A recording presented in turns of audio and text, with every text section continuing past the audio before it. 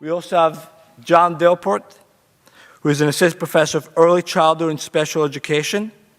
He is the plenary speaker for education and human development. He works as a teacher with students who have emotional and behavioral disabilities, both elementary and high school levels. And his presentation could be at 4 p.m. on Wednesday, again in Johnson Auditorium.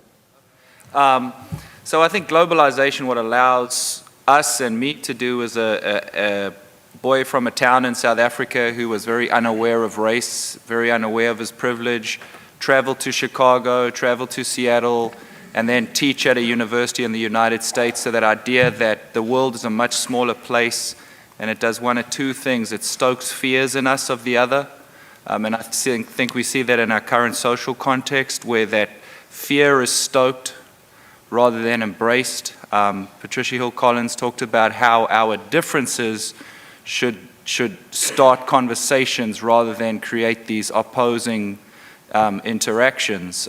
So I think globalization makes the world smaller, but as the world gets smaller, so people will go into those two camps of innovation and collaboration or isolation. And you know, I'm glad to be part of this panel and glad to be part of this university where globalization is pushed to the forefront, because that's where it's at right now. Again, the C.O.W.S, Context of White Supremacy, our second show today. Our guest for this program, Mr. John Delport. He is, as he said, in the PhD program at the University of Washington College of Education. As he already said, grew up in so-called South Africa, now in Seattle, Washington. Graciously agreed to come and hang out with us. This program was suggested by Back of the Bus. Hope he's listening. Maybe he'll call in. Is there anything you would like to tell our listeners, Mr. Delport, about yourself, your experience in South Africa, and just anything you think they should know about who you are? Okay, so I would say, like context-wise, I grew up in South Africa, and where I grew up, it was very active racism, very active, like only through laws and through violence. People that were non-white were excluded from us white people. And so growing up, I never saw non-white people that weren't in a subservient role. So that would be like maids, garden boys, which was kind of ironic because they were like 50, 60 years old, digging ditches, and always very subservient. So whenever I talked to a non-white person, their head was always down. Sorry, boss. Samela. Yes, boss. That's a pseudonym. Yes, boss. So what are you doing here in the Eastern Cape? Working, boss. I've got Section 10, papers in the back, boss. Okay. Kind of. So that's what I grew up with, and in the schools we never learned about African history. We learned about the white the settlers, the guys that came from Britain and Holland. The earliest form of the lager was a prickly hedge planted by the first Dutch settlers around their tiny settlement at the southwest tip of Africa to keep out Hottentots. Thus, from the beginning, they established a racial barrier between those of European origin, the Boers, and native Africans, whom the Boers called Kafirs, unbelievers. In an age of slavery, the Boer farmer used slave labor. He became essentially an overseer who shunned the manual work of his slaves.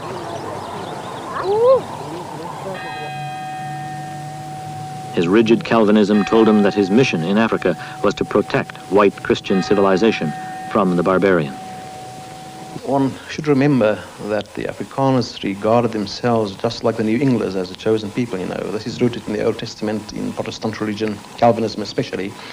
And in the interior of South Africa, they only had the Bible as literature because of their isolation from the West, from the mother country, or, well, they were actually cut off from Holland. So they got their ideas directly from the Bible. Some ideas in regard even to the non-whites, which they regard as Canaanites.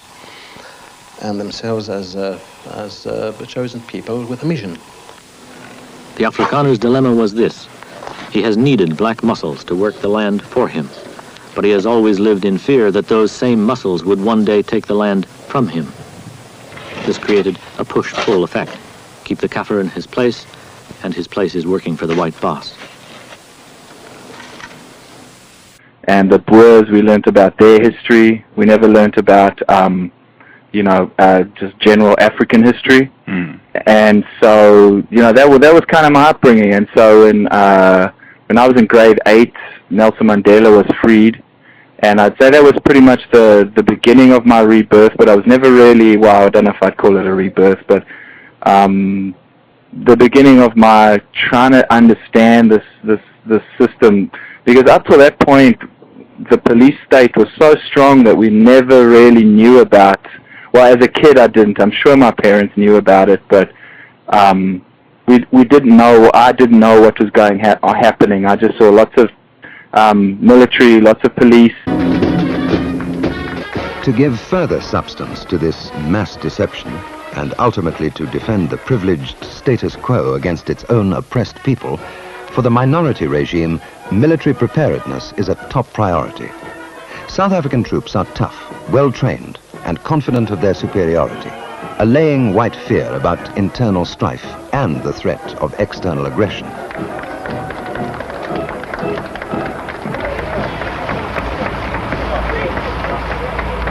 Local production of military hardware by South Africa's Arms Corps has enabled the South African Defence Force to build up a formidable arsenal of sophisticated weapons, tailor-made for guerrilla warfare. South Africa now possesses one of the world's deadliest artillery systems, and the NATO publication 15 Nations reviewed the latest G6 gun as one of the finest of its kind in the world.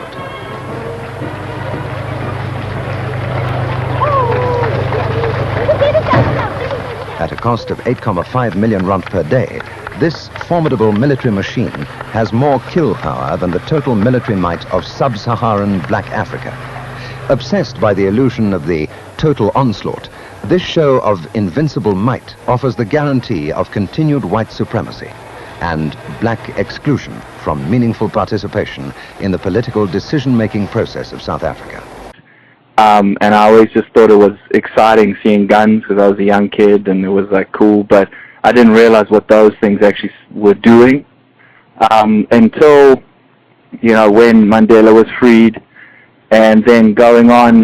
But I would still say I was pretty much not affected by the changes because we were well established in South Africa and we were well off and we still had maids. And so I never really ever had people that were non-white that were economically equal to me, and I'd say probably education-wise equal to me, because the schools and the economic oppression for non-white people in South Africa was ridiculous, in that system. So it's going to take a long time, and it's still working its way out. But I would say the biggest thing that happened to me that I kind of realized like there was something I was implicated in the system, and when I look back on it now, I shudder to think. But I was walking back from the school bus. I used to catch the bus from school, and I was coming down, and there was an older man, African Zulu man, and he must have been about 65,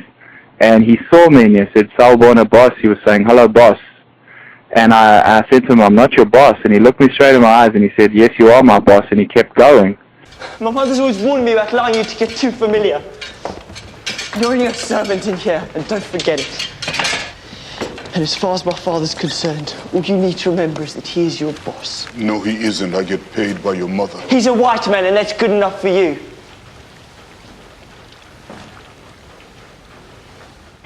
And it didn't matter what I said to that guy. He knew. And I'd never had to question it before that, right? Because it just, to me, seemed like my birthright. Like, I worked hard, my parents worked hard, so therefore it was given, like, but I never realized that, like, power differential that this 11-year-old boy had over a 65-year-old man, and as I kind of grew up a bit more through those years, I just started seeing that. So even with the schools integrating, it was still a matter of the kids, the non-whites that were coming in had more money, so it was kind of like, oh, well, they are wealthy non-whites. The other guys don't really care. But the other thing, when I came to Chicago, I came over to play rugby, and I just remember playing a rugby game in Detroit. And there was an African-American guy on the other team. I don't think he'd ever played rugby before, and I was playing with the Southside Irish rugby team. And I just remember them trying to kill this guy. And it made no sense to me. And I said to them at halftime, like, hey, guys, take it easy. He's a rookie. He's never played before. And they just used some language that you know, was kind of like, whoa. And they said to me, come on, you know, you hate the Kafirs as much as we do. Oh, and wait a so minute. I think Justice might not know what that word means, and I think a lot of non-white listeners here might not know what kafir means. Okay. Yeah. So kafir would be used in the same derogatory term as if a white person is referring to an African-American person as a nigger. Thank you. So kafir is used as a term to degrade African people. It actually has the Arabic origin of non-believer, but it was kind of used as a derogatory term and still is used. And so, you know, that kind of opened my eyes to that. Hey, maybe in America, you guys haven't got it right. Because I thought, you know, we're coming to America. I'd heard about Martin Luther King. You know, I'd heard about a lot of those kind of things, and I was like, well, you know, it's going to be pretty liberal. But then I looked at Chicago, and I lived right near when the Robert Taylor homes were around, and I saw that, and I just saw that, you know, a lot of non-white people were living very much in the same conditions as African people were living under the system of apartheid. And that kind of worried me, but I never really had to do anything about it, right? I could still fall back on my whiteness, and it was easy to, I had the choice whether I could engage with it or not engage with it. And I would say for the most part I didn't engage with it. And then when I started my PhD program, I read a book by George Lipsitz called Possessive Investment in Whiteness, and he just kind of unpacks how white people, particularly in the United States, but I'd say it's pretty much global, how they economically have kind of plundered and taken the economic advantage of people of color. And then, so he unpacked that for me, and it really was just a punch in the stomach. And I'd say since then, I'm still very comfortable in my whiteness. You know, I still get to choose whether I talk about it or whether I engage other white people with it.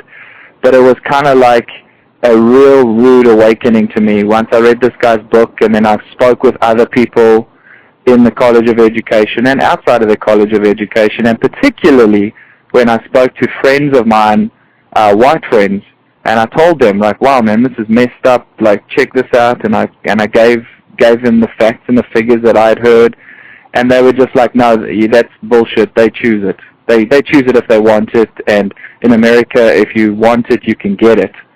And so that's kind of what I've been pushing up against a lot, is like when I'm talking with people that I respect and people that I want to help me make sense of this stuff, white people, just saying no, and conversation ends. So I would say I've had more luck with talking with non-white people, because you know, non-white people have to deal with it every day, and you have to navigate this white system, whereas this world is made for me. You know, it's been structured in a way that suits me, so I'm going through it kind of blindfolded. Whereas a person of color, as I'm seeing and as I'm learning, it's not quite as simple as that. So I'd say that's where I'm at. I definitely am still 100% part of the white supremacy thing, not saying the white supremacy oppression, and I'd say I'm globally implicated because I'm from South Africa, and everything that I've got to this point is due to privilege, because I'd say the 18th of April 1978, there were probably 5,000 non-white people born with as much talent and as much agency as me, but just weren't part of that system of white oppression. So that's kind of a background there. Wanted to make sure I clarified this for our listeners.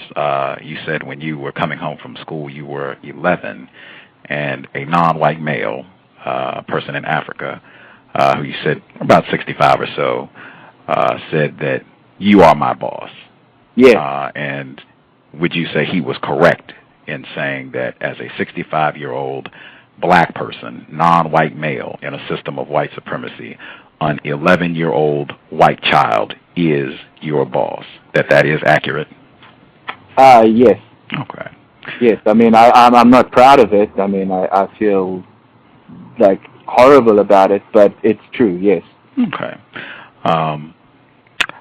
For this program, Context of White Supremacy, I have unfortunately concluded that we are in a system of racism, white supremacy.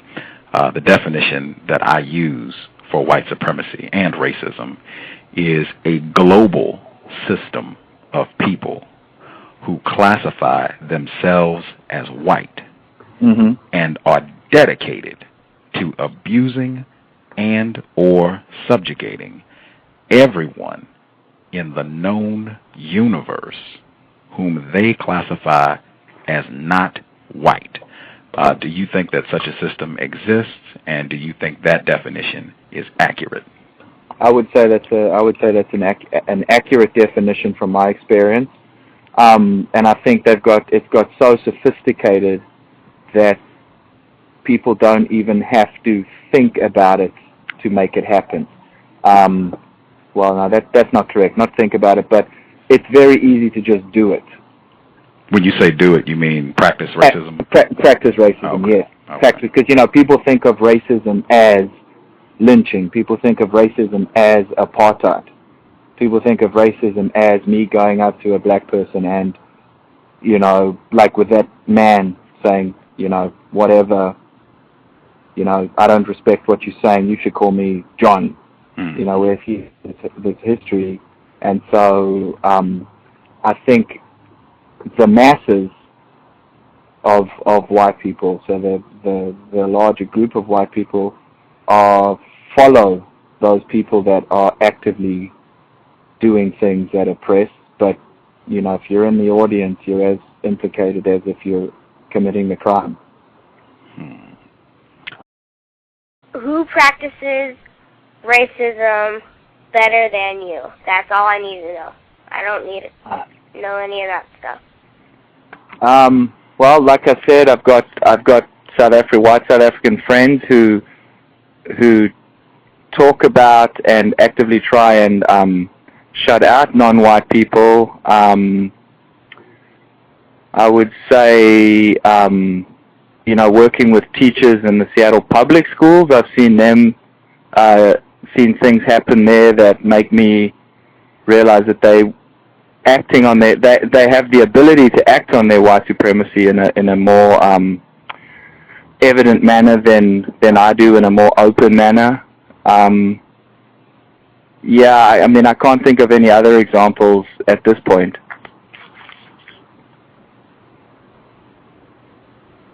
Okay.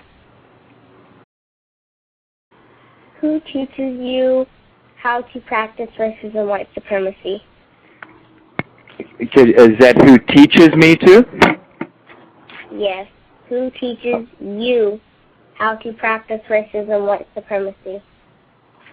So Justice, growing up, I would say it was my parents, the teachers that I had in school, the friends that I had, and my friends' parents.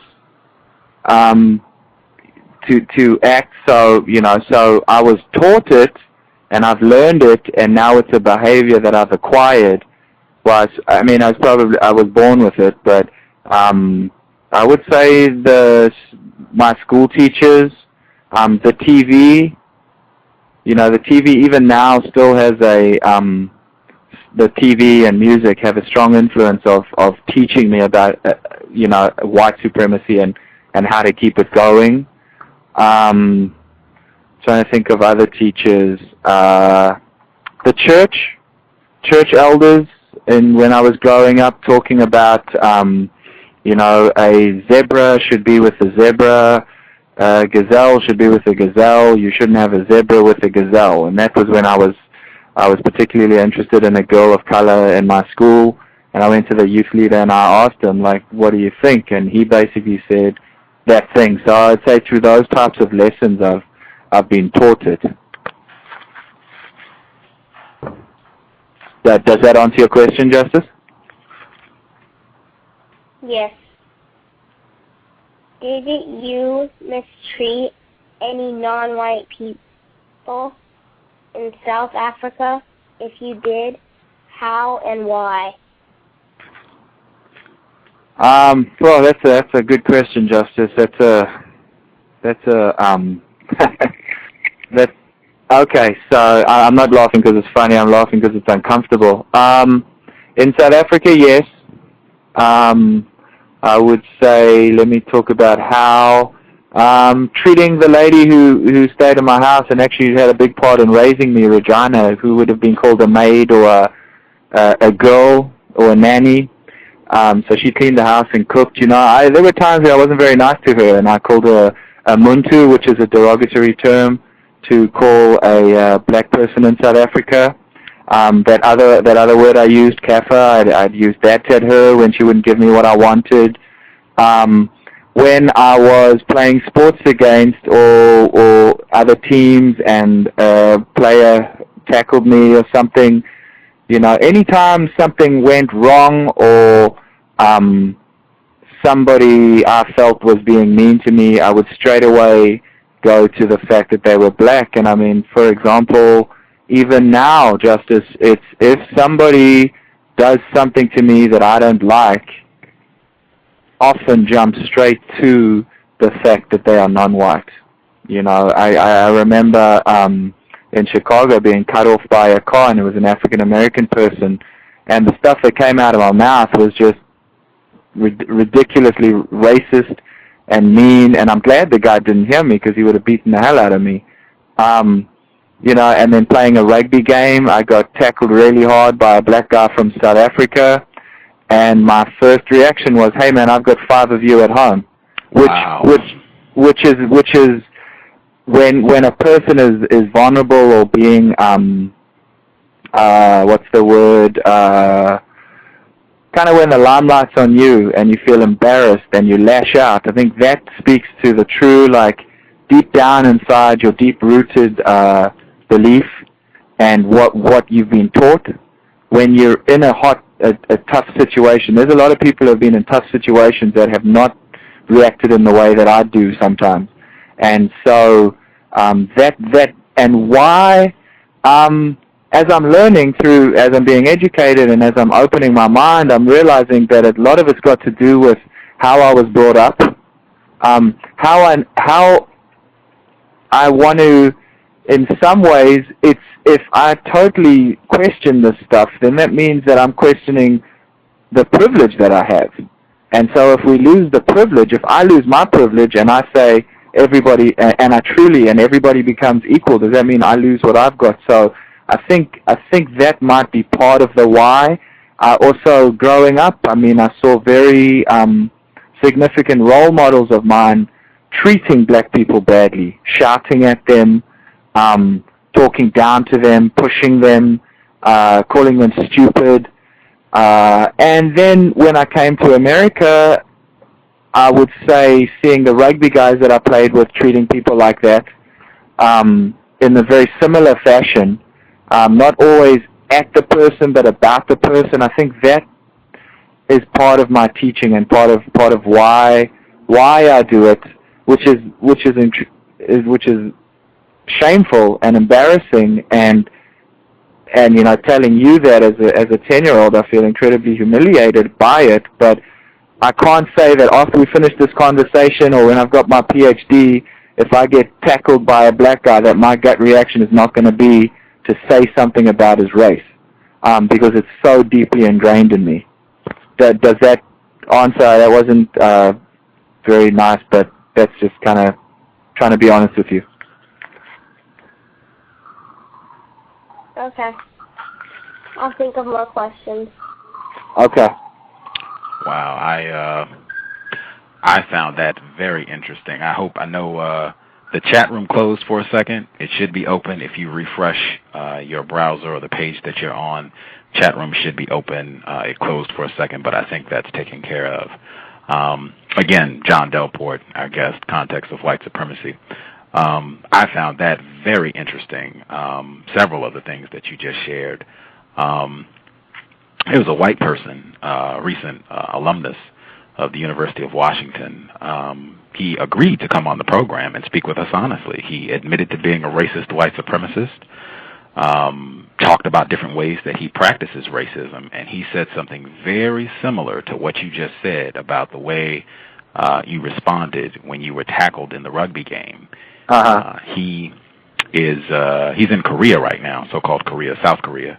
Okay. And he said that being in an environment where non-white people are suspicious of him because he's a white person, and being in an environment where him being a white person means that people don't like him and don't think well of him, non-white people, he said it made him want to be racist. And he said that was a problem he was having to work on. It made him want to be racist even more. And what you just said sounds very similar.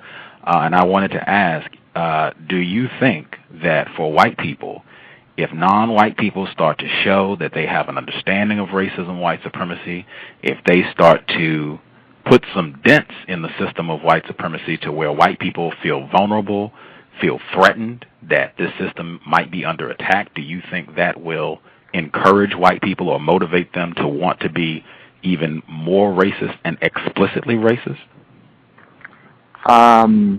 You know, you try and believe in the humanity of people, but you know, so I've had kind of 2 years of questioning it, so I'm still very young in this, like trying to understand this whole thing. But I would say when people honestly start looking at it, I think you probably would find more active, explicit kind of the racism. But you know, it's kind of like if somebody's being actively racist, you can talk about it. I don't know. As a white person, I can. So if I now, for example, I'll give you an example of it. I'm talking to a South African friend of mine in a bar, and we are talking about, I'm telling her what I'm studying, you know, that I'm interested in this issue of race and white supremacy and white oppression, and, you know, that in South Africa it was terrible. And she said, again, the kaffir's a kaffir. Even my boss says so, and he's from England. And when I took the nanny, she was a nanny, when I took my kid to Jamboree, I took him home when I saw the black kid there, even if he was a rich kid, because a black's a black. But as blatant and as just cold-hearted as that was, I could still say to her, I could then engage in a conversation with her. But you know, usually when I'm talking with, you know, so I'll go out to supper with my wife's a physician, and I'll go out to supper with these doctors and stuff, predominantly white doctors, and they ask me, what are you doing? That's usually the first conversation, because what, you're not working? Why are you studying? So I'll be like, well, I'm looking at issues of race and class and how to, particularly in special education, try and make a difference to kids of color. Conversation lasts about 3 seconds. Oh, that's interesting, cool. Boom, conversation's done. Whereas with this girl at the bar, as horrible and as nasty as what she was saying, it was like, thank you for being honest. Let's, you know, that's exactly what I feel, but I realize that feeling is not just. Wait a minute, you said that's exactly what you feel. That's like my gut reaction when I'm talking about my muscle memory. Okay. When I'm somewhere with my kids and a non-white family comes in, my visceral reaction, my immediate reaction typically is one not the same as if a white person comes in. So it's like I understood where she was coming from because we were brought up in the same society. But like I said to her, you need to just What same society? That in South Africa. She is from South Africa. So yeah, she was actually from the same town as me. She was Afrikaans and I'm English, so there's slight differences there. But for all intents and purposes, it was the same upbringing. And, then I put forward to her, I said, like, what about Nelson Mandela? What about Thabo Mbeki? And kind of went through the list of non-white people that I'm learning about that are not what we were fed when we were kids.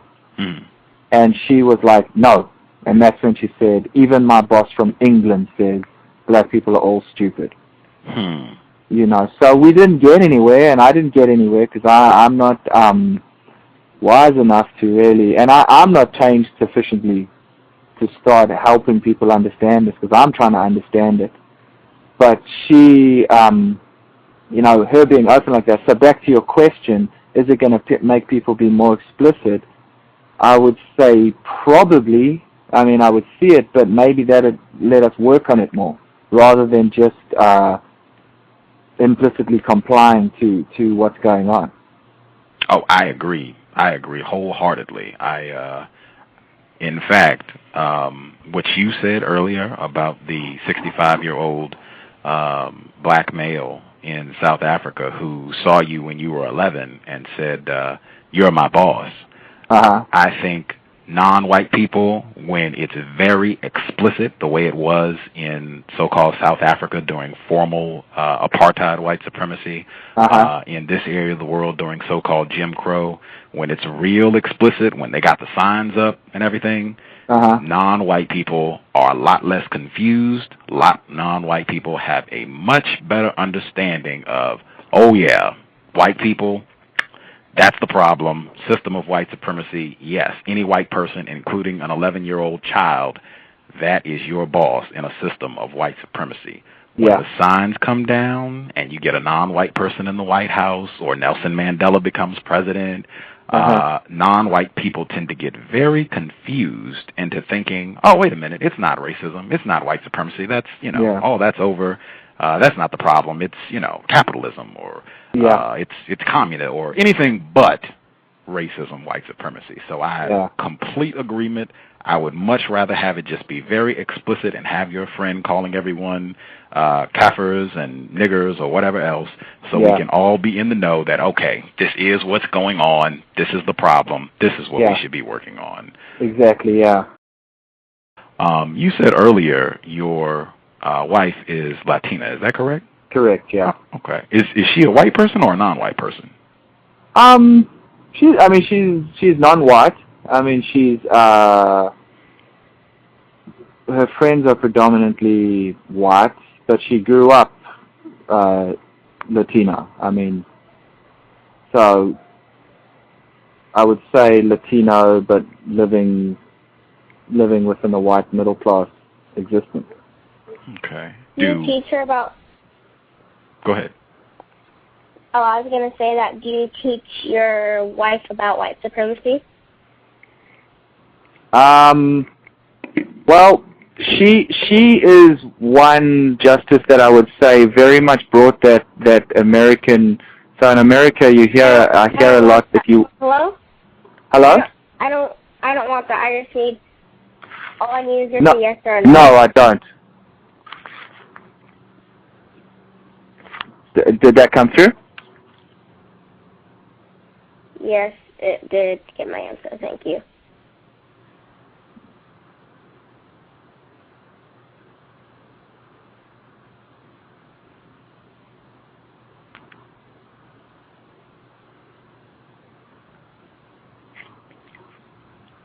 Hello? Hello? Oh, sorry, Justice. What I didn't answer the question. The question was, do I teach my wife about white supremacy? Oh, you did answer my question. You Oh, said okay. No. I said no. Okay. Did you say no? Yes, I did say no. Yeah, I do not. I talk about it all the time. She calls it my white guilt. I do talk about the white the white power stuff and what me being white and trying to make sense of it. I do talk with her about it, but I don't. I wouldn't say I teach her about it. I think she's a lot more wiser about it than I am. How is that? Because she's had to live it. I mean, she's a Latino woman that came. She was raised by her mom. She's a woman, so I think this world is also not out to help the women as much as they are the men. So her lived experience, her experience in the world is very different to mine. And so when I talk to her about trying to understand my whiteness and my racial ideas, she at times will be very impatient with it because she just hears me talking what she calls white guilt, just feeling guilty about being white. So we don't, unfortunately, because I think she could teach me a lot more, engage in as many conversations around it. How can she teach you a lot more when she's non-white and you're white? Because she's lived it. I haven't lived it. I haven't actually.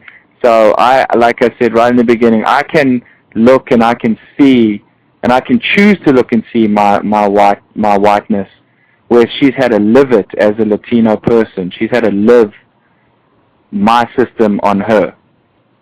So she can teach me, like when I talk with African American friends at university about their experience in the world and their experience in life, it's very different to mine, and it helps me understand, because the books can only tell me so much. The books can only show me, when it's far removed, but when I'm actually talking to somebody, their experience tells me more, and that's just the way that I learn, is through talking to people.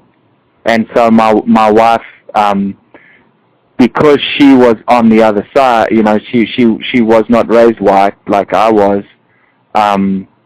She had to live on the side of the system. Does that make sense? It doesn't make sense. I'm a little confused. Okay. Do you think you can explain that? Yeah. So, I appreciate you pushing me on this. So basically, I'm thinking, so she could teach me a lot in the sense of, maybe teach is the wrong word. She could expose me to how white supremacy works. So she couldn't teach me about white supremacy because I am the enactor. She knows what expose means, if you could.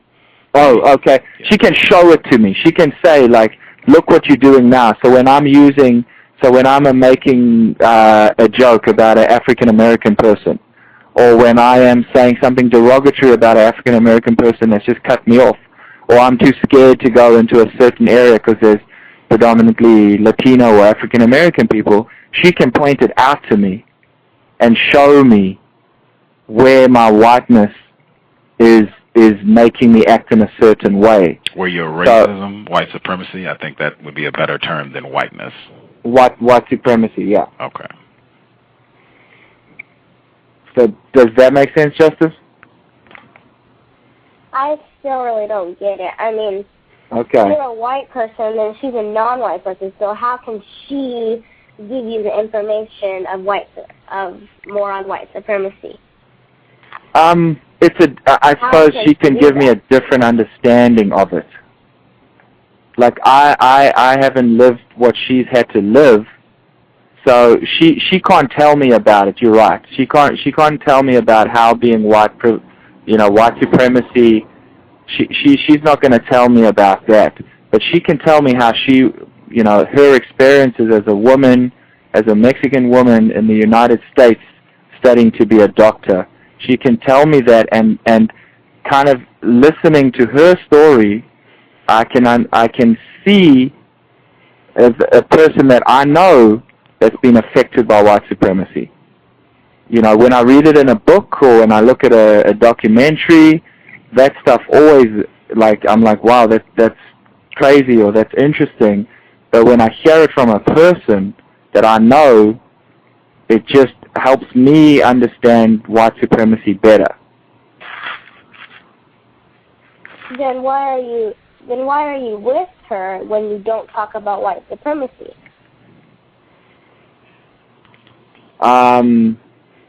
because she's not as interested in it as I am. So we talk about it. I mean, but it's not it's not a topic of conversation that we have a lot. And I've had to respect her not wanting to talk about it. So yeah, I mean, that's a bit of a lame answer, but she is not as interested in talking with it about me as I am, because I'm currently I'm learning a lot about it, so I'm wanting guidance through it. But I think part of her is like, it's your journey, you do it. So I mean, it's a lame answer, Justice, but we just don't talk about it. I want to go back to we were talking about your spouse being a non-white person. Yes. And you said that she doesn't want to talk about it, it being racism, white supremacy. And yeah. You said she's not as interested in this subject matter. For me, one of the core things that I talk about, one of the core things I have studied in great depth, is sexual intercourse between non-white people and white people. And I have concluded that that is totally incorrect under the system of white supremacy for a myriad of reasons, but two central being the non-white person, all non-white people are in a vulnerable and subordinate position to white people. That's number one. And the system really encourages non-white people to not be honest with themselves anyway. When a non-white person is in a sexual relationship with a white person, it really goes off the charts in terms of the non-white person being confused and dishonest about the system of racism, white supremacy, and in many instances being completely unwilling to talk about it. You said your non-white spouse doesn't want to talk about it. How do you feel about that? My view, it is totally incorrect, and the non-white person is really being exploited every time this happens. I mean, you are an admitted racist, white supremacist in a sexual relationship with a non-white person. I was expecting this question. I can't say I prepared for it well. Gosh. So I don't know. My thing is, and I think you're well more studied on this and more knowledgeable around it. My feeling on my wife being non-white and me being in a sexual relationship, and this is probably a cop-out that you get from a lot of white people using the biological similarities as an excuse, where it was used for so many years as a way to separate. But as far as the way I see it is that my wife and I are the same. We're both people. And so I do not see her being non-white and me being white. Her experience and her life might have been as a non-white, but when we together, she's my wife. She's Lisa. So I don't really have an answer for what you're asking, unfortunately. Is it wrong for whites to sleep with non-whites, so me to sleep with a non-white? I don't see any problem with it, Gus, but I can understand why it is seen as problematic and as an issue. Do you see any problems with a racist, white supremacist being in a sexual relationship with a non-white person? Do I see a problem with that? Yes, sir. I mean, there's a lot behind that question. Depends. It's consent. If it is two adults that love each other, then I would say from that are going into it equally. I would say. Whoa! Because that word is huge.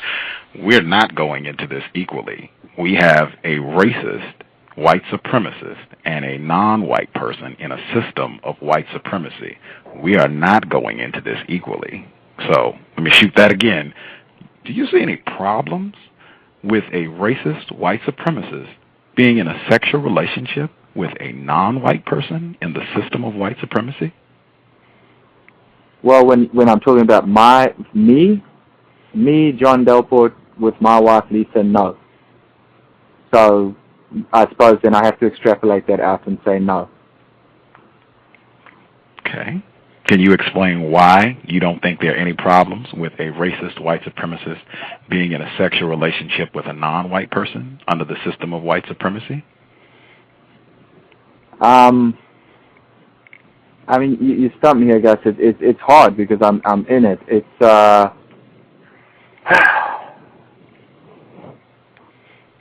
I understand exactly why it is problematic, but when I look at me and I look at my wife, I don't see her as having come in as a victim. Is she a victim of white supremacy?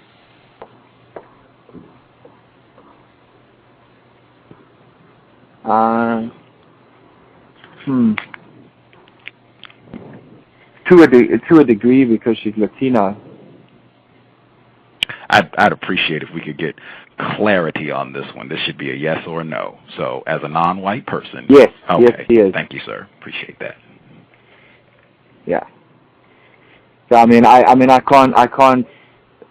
just do not see that the relationship that I have with her as being bad for her or bad for me or bad for people of color. But that's just my personal opinion. But I understand the knowledge base in which this question has been asked. Okay. Your answers, your responses to these questions, even that last question, is your wife a non-white person? Is she a victim of white supremacy? The fact that it took you quite a while to say yes, for me, very significant as to why this is totally incorrect, particularly given the answers that you've given earlier in this program. Mm-hmm. You said your instinct, at the core, you have been conditioned and function, even subconsciously at times, as a racist white supremacist. But now, somehow, magically, being married to a non-white person, in a sexual relationship with a non-white person, that's not the case anymore. I don't see her as a non-white person.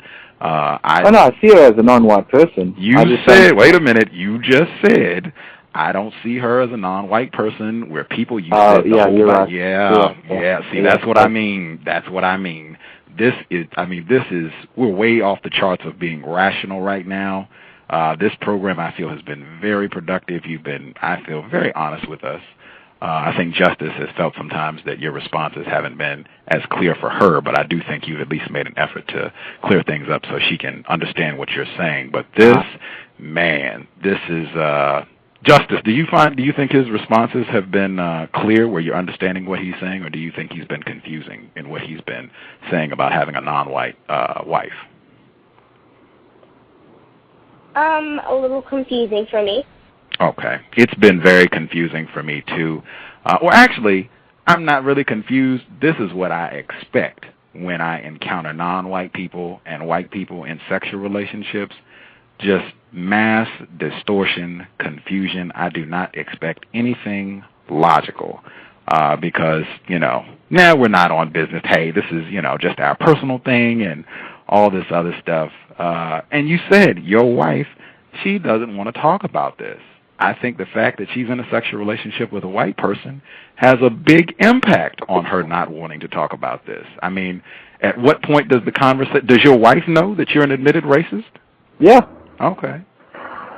I could see why she might not feel comfortable talking about this, because at some point, questions might have to come up around, well, wait a minute, what is going on here? Why am I in a relationship with an admitted racist? I mean, at some point, that's got to come up. I would think for both people.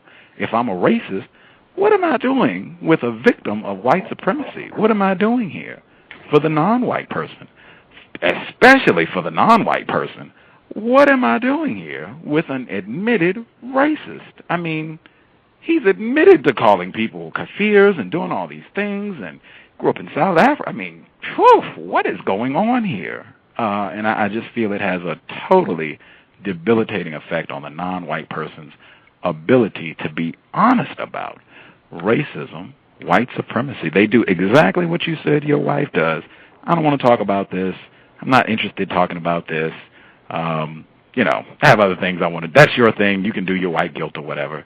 And I feel like that is totally counterproductive and really destructive for non-white people, victims of white supremacy, making an effort to replace white supremacy with justice. We got to be able to talk about this, and we got to be able to talk about this honestly. Mm-hmm. Do you think your wife, do you think she's demonstrating an appropriate level of suspicion of you as an admitted white supremacist? Do you think she's suspicious of you?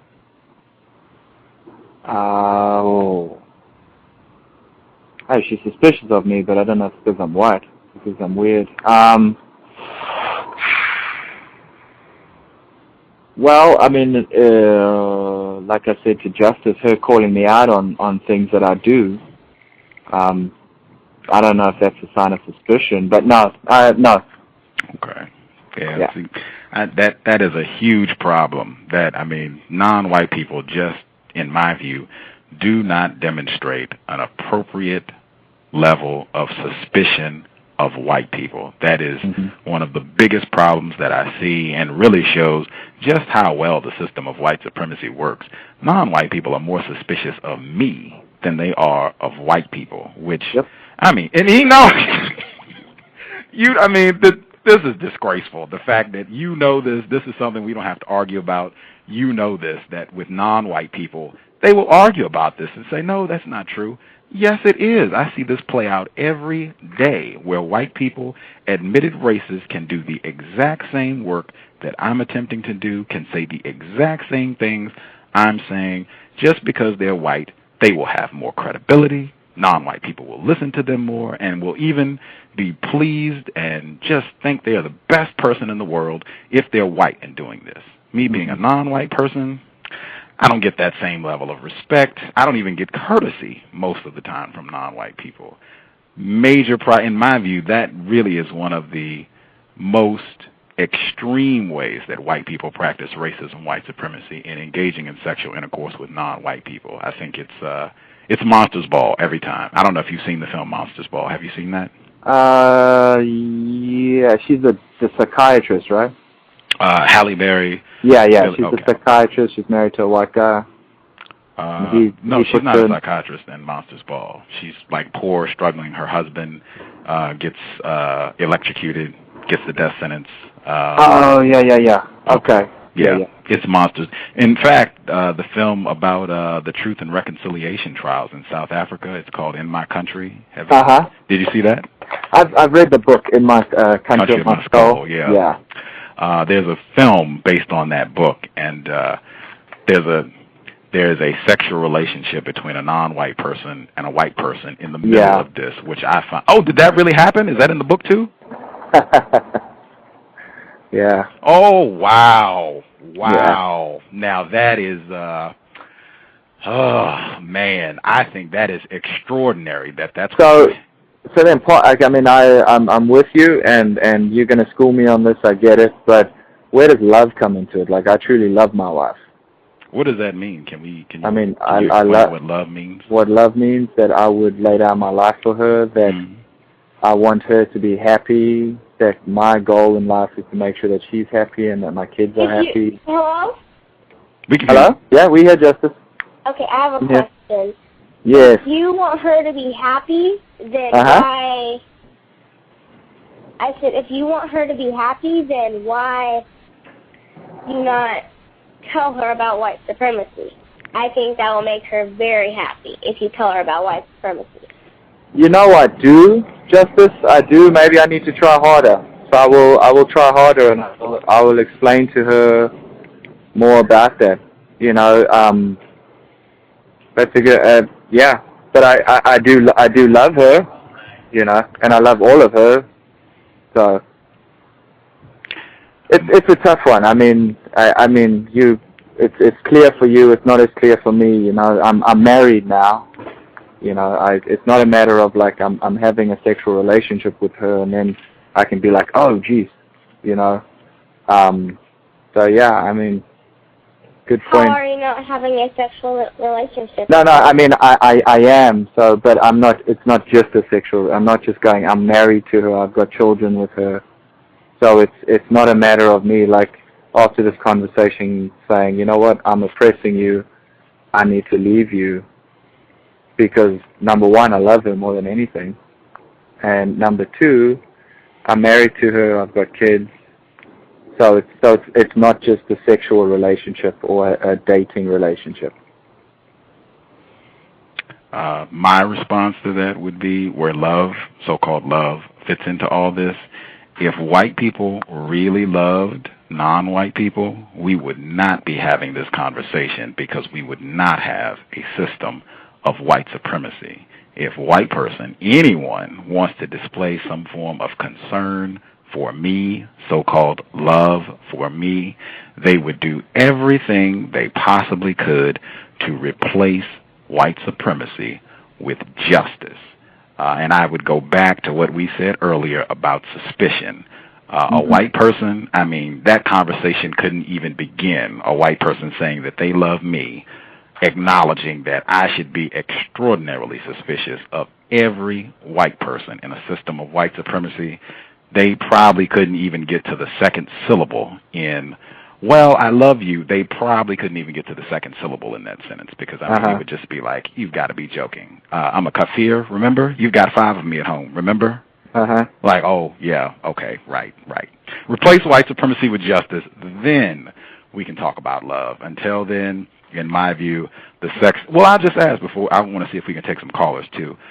Folks, if you want to call with a question, the number is 347-215-6071. You might have personal... I assume you will have personal bias, but if you can be honest, do you think it would be constructive if non-white people discontinued sexual intercourse with white people?